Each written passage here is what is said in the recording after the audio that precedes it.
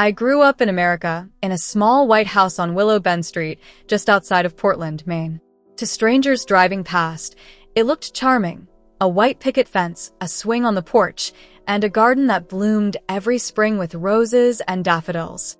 To me, it was a cage with lace curtains. The house had eyes that watched and walls that remembered. The smell of lemon polish clung to everything, a scent I can never quite forget, no matter how far I've gone. Ruth and Leonard Pike called me their adopted girl, but only when neighbors were listening. Inside those four walls, I was the family maid. I learned that kindness in that house was a trick. It had conditions, hidden fine print that said, "You don't belong here." From the time I was old enough to hold a broom, I was working. Scrubbing floors before school. Washing dishes while Ruth watched television. Folding laundry until my hands went raw. Their two children, Abigail and Joel, were the stars of the family. Abigail, the golden-haired princess, always wore new dresses from the boutique downtown. Joel, the clever one, got a new bike every summer. They never lifted a finger. I was the one who packed their school lunches, polished their shoes, and made sure their homework was in their bags before they left for class. When I was done, I hurried to school, already exhausted, hoping no one noticed the bleach stains on my sleeves or the calluses on my hands. I remember once asking Ruth why I didn't have any baby pictures like Abigail and Joel. She smiled in that way that made her face look tight and cold. "You are special," she said. "You came to us later. You should be grateful." Leonard added from behind his newspaper, "We didn't have to take you, you know. We could have said no." I was 10 years old, and I learned that day what unwanted sounded like when it dressed itself as love. I am a woman now, and my name is Gloria Pike. Or at least, that's what I thought for most of my life. I used to keep a notebook hidden under the mattress, where I'd make lists of things I wanted to do when I turned 18. Get a job in the city. Find a tiny apartment. Buy a red dress. Lock my own door. The last one mattered most. In the house on Willow Bend, the doors didn't lock for me. Ruth said privacy was for people who earned it. Even my bedroom door stayed open a crack, so she could check on me. But she wasn't checking to see if I was safe. She was checking to make sure I didn't forget my place. Every Sunday, we went to church. Ruth wore pearls, and Leonard carried the Bible like it was proof of his goodness. People would greet them kindly, and they would smile in return. I stood behind them, silent, carrying Abigail's coat or Joel's bag. Some kind souls asked Ruth about me. "Such a polite young lady," they'd say. "How lovely that you adopted her." Ruth would beam. "Yes, well, we do what we can. The Lord rewards generosity." If generosity meant giving a girl leftovers and secondhand clothes, then they were saints. Money was tight, they always said. But it wasn't. Leonard worked as a contractor, and Ruth owned a small shop downtown that sold antique lamps and old postcards. They just liked saving their good fortune for themselves. When I asked once if I could join an after-school art class, Ruth frowned. "Do you have money for that?" she asked. I said no. She said, "Then don't ask again." When I turned 16, Leonard started giving me $20 bills to buy groceries. He'd say, "Don't forget the receipt. Bring back the change." I always did. I saved whatever coins were left, hiding them in an old tea tin with a painted rose on the lid. It was my secret treasure chest. Someday, I told myself I would have enough to take a bus to Chicago, or maybe Denver. Somewhere with tall buildings and no one who knew my name. Sometimes I dreamed of running away, but the truth was, I didn't know how. I had no documents, no friends, no one to call. Even my birth certificate, the one Ruth showed me once, looked strange, too new, too clean. But I didn't question it. Who would believe me? I was just the adopted girl. The house itself was a kind of character in my life, always looming. The walls creaked at night like they were whispering secrets. The attic door was nailed shut. The basement was off limits, locked with a padlock Leonard said was for safety. I never dared to ask whose safety he meant. In the mornings, I woke to the sound of Ruth's heels clicking down the hallway, her perfume sweet but sharp. "Up, Gloria," she'd say, tapping on my doorframe. "The floors won't clean themselves." I became invisible in that house, useful but unseen. On my 20th birthday, no one mentioned it. I made myself a cupcake with leftover batter from Abigail's party a week before. I lit a single match, watched it burn, then blew it out before anyone came into the kitchen. I whispered, "Happy birthday," just to hear the words said aloud. Still, there were moments of quiet beauty that kept me breathing. Early mornings before anyone woke, I'd sit by the back window and watch the sunrise paint the world gold. The air smelled like wet grass and new beginnings. I would sip coffee from an old chipped mug, pretending it was the start of a different life. I told myself that one day I would walk away and never come back. But years passed, and the dream stayed small. The tea tin grew heavier with coins, but I never left. I kept believing that maybe Ruth and Leonard would change. Maybe they'd finally tell me more about where I came from. Maybe I really was adopted. Then, one evening, Ruth was watching a news report about a missing child case, something about a billionaire's daughter who had vanished decades ago.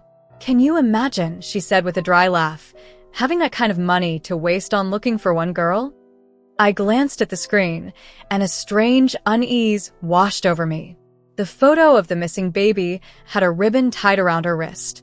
I had one like it in an old photo of me, one Ruth never let me show anyone. That night, lying in my narrow bed, I couldn't sleep. The floor creaked above me, the wind pressed against the windows, and I wondered, for the first time, if everything I had been told was a lie. For 25 years, I believed I was adopted. That was the story they fed me like cold toast, day after day, until it became truth in my mouth. But sometimes, when the house was quiet and the world was still, I could feel a pulse beneath the silence, a whisper that said, "You don't belong here, because you belong somewhere else."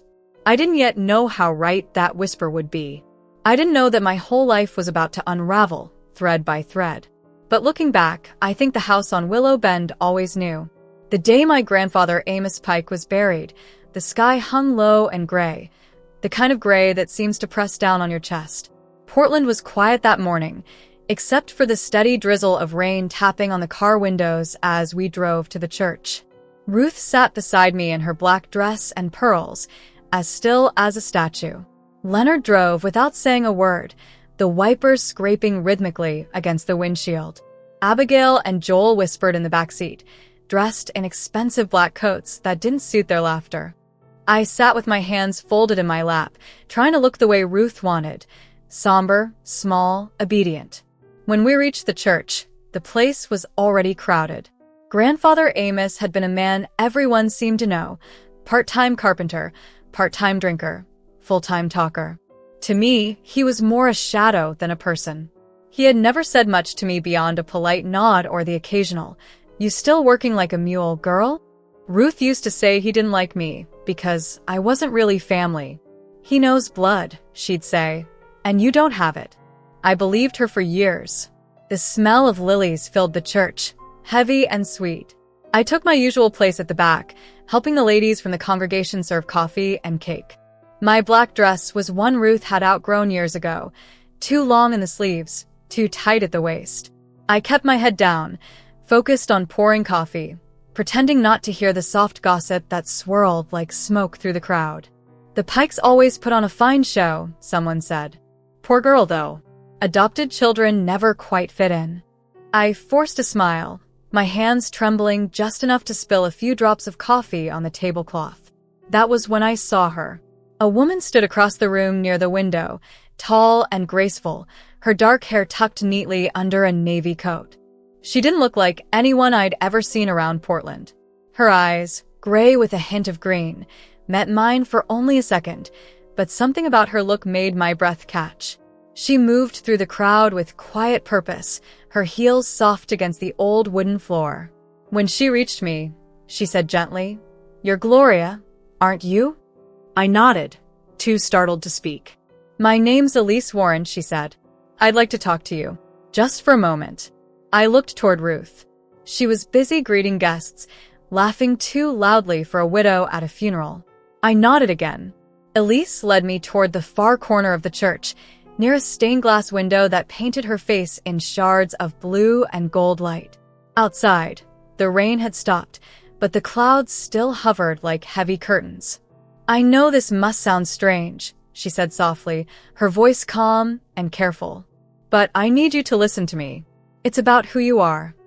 A nervous laugh escaped me. "Who am I? I think I've got that part figured out. I'm the Pikes." Her eyes held mine. "You were not adopted, Gloria." The air seemed to drain from the room. The hum of voices faded until I could only hear my own heartbeat pounding in my ears. "What?" I whispered. "You were kidnapped." For a moment, I thought I misheard her. The word kidnapped sounded foreign, something that belonged in news reports or TV dramas, not in my ordinary, colorless life. I stared at her, unable to move. Elise reached into her bag, pulled out her phone, and tapped the screen. "I'm with a private investigation firm," she said quietly. "We've been working with the Whitmore family for years. We believe you're their daughter, the one who disappeared 25 years ago." She turned the phone toward me. On the screen was a news clip, the kind you'd expect to see on the evening report, a headline that read $300 million reward for missing Whitmore heiress. The anchor's voice echoed faintly from the tiny speaker. "Arthur and Eleanor Whitmore continue to offer a record-breaking reward for information leading to the safe return of their daughter, who was abducted as an infant from a hospital in New York City." I couldn't look away. Then Elise swiped to another image, an old photo of a baby with dark hair and a small ribbon tied around her wrist. My throat closed up. I'd seen that ribbon before, in a photo Ruth kept locked away in her jewelry box. She once caught me looking at it and slapped my hand so hard it left a mark. "That's not for you," she'd hissed. "That's family." Elise's voice was steady. "We compared birth records, DNA samples, and hospital logs. There's a scar under your chin, right?" I touched it without thinking, a tiny crescent that I'd had for as long as I could remember. She nodded. "You got that from a fall in the hospital nursery. It's in the medical report." I felt dizzy. The room tilted slightly. "No," I said weakly. "No, that can't be true. Ruth and Leonard, they said, they lied." Elise said, not cruelly, just firmly. "Your real parents never stopped searching for you. They never gave up." My hands began to shake so badly that the paper cups I still held rattled together. "I don't understand. Why would they take me?" Elise hesitated. Money. Revenge. There were people who resented Arthur Whitmore's success. We're still piecing together the motives, but it's clear Ruth and Leonard weren't your saviors. They were your captors. I backed against the wall, the stained glass colors swirling around me like a fever dream. My mind felt split in two, half of me standing there, the other watching from somewhere far away. "My parents," the words stumbled out, fragile as paper. "They're alive?" "Yes," Elise said. "And they've been waiting for this moment for 25 years. Something inside me cracked open. For as long as I could remember, I'd believed I didn't belong, but I never imagined the truth would be this big, this cruel, this real. "I want to meet them," I said. My voice surprised me. It didn't tremble. It sounded sure, determined. Elise smiled, just slightly. "I thought you might say that." She pulled out her phone again and stepped aside, speaking in a low voice I couldn't make out. All I caught were fragments, my name, the address, and two words that made my skin prickle: "Come now." The church doors opened then, letting in a gust of cold air. I stood frozen, staring at the polished floorboards, trying to understand what was happening. Around me, the funeral went on as if nothing had changed. Ruth was still laughing too loudly, Leonard was still pretending to mourn, and the guests were still talking about the weather and condolences. But something had shifted in the world, something vast and irreversible. Elise touched my arm. "We need to leave soon," she said quietly. "They're already on their way." "Who?" I asked. She looked at me with eyes full of both sorrow and promise. "Your parents, Gloria. The Whitmores. They're coming to bring you home." And just like that, the house on Willow Bend, the years of servitude, the lies that built my life, all of it began to crumble, quietly, beautifully, into dust. When I returned to the house on Willow Bend that night, the rain had stopped, but the air felt strange, thick and restless, as if the whole world knew something was about to change. I had spent the afternoon at the church, watching the truth rip open the only story I'd ever known. Now I was walking back into a lie, knowing it would be the last time I crossed that threshold. The porch light flickered above me, the same way it always did. I hesitated at the door, feeling the weight of the key in my hand. For 25 years, that key had been my prison pass. It opened every room, but freedom. I stepped inside, closing the door behind me softly. The familiar scent of lemon cleaner hit me, and for a second, I almost lost my resolve. But then I remembered Elise's voice, the news clip, the baby's photo, the truth. Ruth was in the kitchen, her back to me, chopping onions with precise, angry motions. Leonard sat at the table, reading the evening paper, a cigarette burning down to ash between his fingers. When Ruth turned, her eyes narrowed immediately. "Where have you been?" she demanded. "The funeral ended hours ago." "I stayed to help clean up." I lied, though the tremor in my voice betrayed me. Leonard didn't look up from his paper. "Dinner's late." That was it. 2 words that summed up my entire life under their roof. No gratitude, no warmth, just orders. Something inside me broke then, not loudly, but cleanly, like glass cracking under pressure. I looked at them both, and for the first time, I didn't see people. I saw bars. Bars on every window, every door, every dream I'd ever tried to have. Before I could answer, a distant wail reached us, a siren, faint but growing louder. Then another. And another. Ruth froze, the knife still in her hand. Leonard looked up, his face twisting. "What's going on?" he asked, standing up. Through the front window, red and blue lights began to flash across the white walls, painting the room in streaks of panic. Tires screeched outside. Doors slammed. Shouts echoed from the street. I stepped closer to the window, heart pounding, and saw a line of police cars stretching down Willow Bend. Neighbors had come out onto their porches, whispering, pointing. Leonard stormed to the door. "Stay here," he barked, though his voice was shaking. But before he could reach the handle, the door burst open. The sound was deafening. Boots on the porch, radios crackling, commands shouted. Uniforms flooded the living room, city police, state troopers, even soldiers from the nearby National Guard base. Guns drawn, flashlights cutting through the shadows. "Leonard Pike," a voice thundered. "Ruth Pike? Step away from the woman." Ruth dropped the knife, eyes wild. "What is this?" she shrieked. "You can't just..." But her words were drowned out by the sound of more vehicles pulling up. And then, through the open door, I saw him.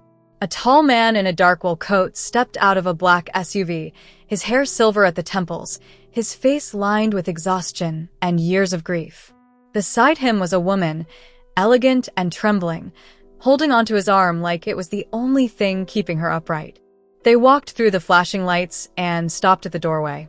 The man's voice was steady, but it carried through the chaos like thunder. "Where is my daughter?"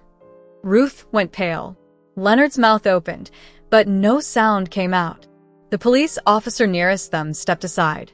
I was still standing near the kitchen, frozen between 2 lives. The man's eyes found mine. For a heartbeat, the world went silent. He dropped his coat, like it suddenly weighed 1,000 pounds, and moved toward me. His steps faltered halfway, as if he couldn't believe what he was seeing. Then his voice broke, soft and raw. "Gloria," he whispered. "My girl." That was when I understood. He wasn't looking at me. He was seeing me, really seeing me, the way no one ever had. The woman beside him, Eleanor Whitmore, covered her mouth with trembling hands. Tears streamed down her face. She came closer, reaching out as though afraid I might vanish if she touched me too quickly. "I've dreamed of this day," she said, her voice shaking. "Every night for 25 years. When she took my hand, I felt warmth, real warmth for the first time since I was a child. Her perfume was soft, like white flowers in spring. Arthur Whitmore, my father, put his arm around me, and I could feel him trembling, trying to hold together the pieces of a life stolen from him. Behind us, chaos continued. Officers read rights. Handcuffs clicked. Ruth screamed as they led her away, her perfect hair falling loose, her voice cracking with disbelief. "She's lying," Ruth cried. "She's ours. We raised her. We—" Leonard shouted too, but his words were drowned out by the sound of engines and orders. None of it mattered. The truth had been found, written in records, confirmed in DNA. The lie they'd built was collapsing under its own weight. Elise Warren appeared at the door, her navy coat glistening with rain.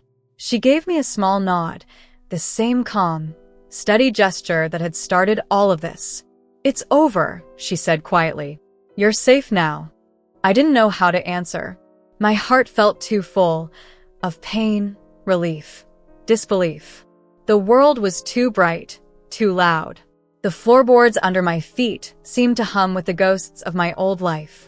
When the police escorted Ruth and Leonard out, Ruth turned once, her face twisted in rage. "You'll regret this," she spat. "We gave you everything." I met her gaze. "No," I said softly. "You took everything." Arthur tightened his arm around me. Eleanor wept silently beside us. And for the first time, I didn't feel small. I didn't feel like a ghost. I felt seen. We stayed until the house was cleared, officers moving in and out, neighbors whispering from their lawns. Elise handled the questions, the paperwork, and the flashing cameras that had already started to gather. I just stood there, staring at the kitchen table where I'd eaten in silence for years, the sink where I'd washed their dishes, the floor I'd polished until it shone. All of it was a stage set for a lie. When the officers finally said we could leave, I went to my room one last time. The walls were bare, the bed neatly made. On the nightstand sat my old tea tin with the painted rose. I picked it up, feeling its familiar weight. Inside were a few crumpled bills, some coins, and a note I'd written to myself years ago that said, "Someday you'll be free." I slipped it into my pocket. Outside, the night smelled of rain and new beginnings. Police lights still flashed across the lawn. I turned back once to look at the house that had been my prison, my lie, my everything. The porch light flickered again, one last time, before going dark. When I stepped into the waiting car between my real parents, I felt the lock click from the outside, not the inside. For the first time in my life, the lock wasn't holding me in. It was setting me free. The days that followed felt like walking through a dream, one where the air was lighter, and I could finally breathe without fear. The first night after leaving the house on Willow Bend, I stayed in a quiet hotel room in Seattle, surrounded by people who spoke softly and treated me like someone fragile, someone real. Elise was there along with officers and family lawyers. My parents, Arthur and Eleanor Whitmore, stayed in the room next to mine. I could hear their voices through the wall late that night, a mix of laughter and tears. It was strange and beautiful all at once. We spent 3 days in Seattle while the investigation wrapped up. Every hour brought new discoveries, birth records, fingerprints, DNA confirmation. There was no doubt left. I was Gloria Whitmore, the daughter who had been stolen and hidden in plain sight. When we finally flew to Washington, D.C., where my parents had lived when the search began, it felt like stepping into a photograph that had been waiting to be colored in. The Whitmore estate was grand but warm, filled with books, music, and the scent of lemon cake, Eleanor's favorite. I didn't know how to exist there at first. I kept my shoes lined up neatly by the door, waited for permission to speak, and offered to do the dishes until Eleanor gently took the sponge from my hand and said, "You don't have to earn your place here, darling. It's already yours." Those words cracked something open inside me. The legal case moved quickly. The proof was overwhelming, and the story became national news. Cameras gathered outside the courthouse, their flashes lighting up the marble steps. Reporters called me the stolen heiress, a name that didn't fit, but one I learned to accept. When I testified, I told the truth, not with anger, but with calm clarity. I spoke about the years of labor, the loneliness, the lies. The courtroom was silent except for the scratching of pens. Ruth and Leonard sat at the defense table, both pale and shaking. For once, they had no power, no control. The judge's voice was steady when he read the sentence, life imprisonment without the chance of parole. I didn't cheer. I didn't cry. I just felt something inside me lift, a heavy weight that I had carried for too long. Forgiveness didn't come, but peace did, slow and quiet. After the trial, Arthur called a family meeting in the garden behind the DC home. The sun was soft that afternoon, turning the flowers gold. "We want to do something with the reward money," he said. "Something in your name, Gloria." I thought for a long time before I answered. "Let's help girls who don't have doors they can lock," I said. "Girls who need someone to believe them." That's how the Willow Fund was born, with an initial donation of $25 million. Arthur said the name was perfect because even trees that bend can keep their roots. In the months that followed, my life began to find shape again. Eleanor and I started small rituals: morning coffee on the porch, walks through the garden, long talks at night about everything we'd missed. Arthur showed me the study where he'd kept every newspaper clipping, every lead, every photo from the investigation. On one wall hung a map covered in red pins marking every false sighting over the years. "We never stopped looking," he told me quietly. "Not for a single day." Eventually, I decided to start fresh somewhere of my own. With $480,000, I bought a small house outside Boston, a 3-room cottage with a blue door and a wraparound porch. I painted the door myself, leaving the brush strokes visible so I'd remember the work was mine. In the kitchen, I framed the old tea tin with a painted rose from my years in captivity. It hangs above the sink now, a symbol of survival, of what I endured and overcame. Sometimes I get letters from friends in London, talking about their lives and prices written in pound, reminding me that the world is wide and I can go anywhere. "Visit soon," they write. I always reply, "Maybe one day." Because for now, I am content here. Every morning, my mother calls just to ask how I slept. My father visits on weekends, bringing fresh flowers and a joke about how I still can't make coffee as strong as his. Every time he leaves, he hugs me tight and whispers, "Where is my daughter?" And I always answer with a smile, "Right here." At night, I sit on my porch swing and listen to the crickets, the rustle of leaves, the steady heartbeat of a life that is finally mine. The stars above Massachusetts look different than the ones I used to see through the small window on Willow Bend. Maybe they're not brighter, but now I know they belong to me too. I am Gloria Whitmore. I was lost and now I am found. This is my home. This is my name. This is America.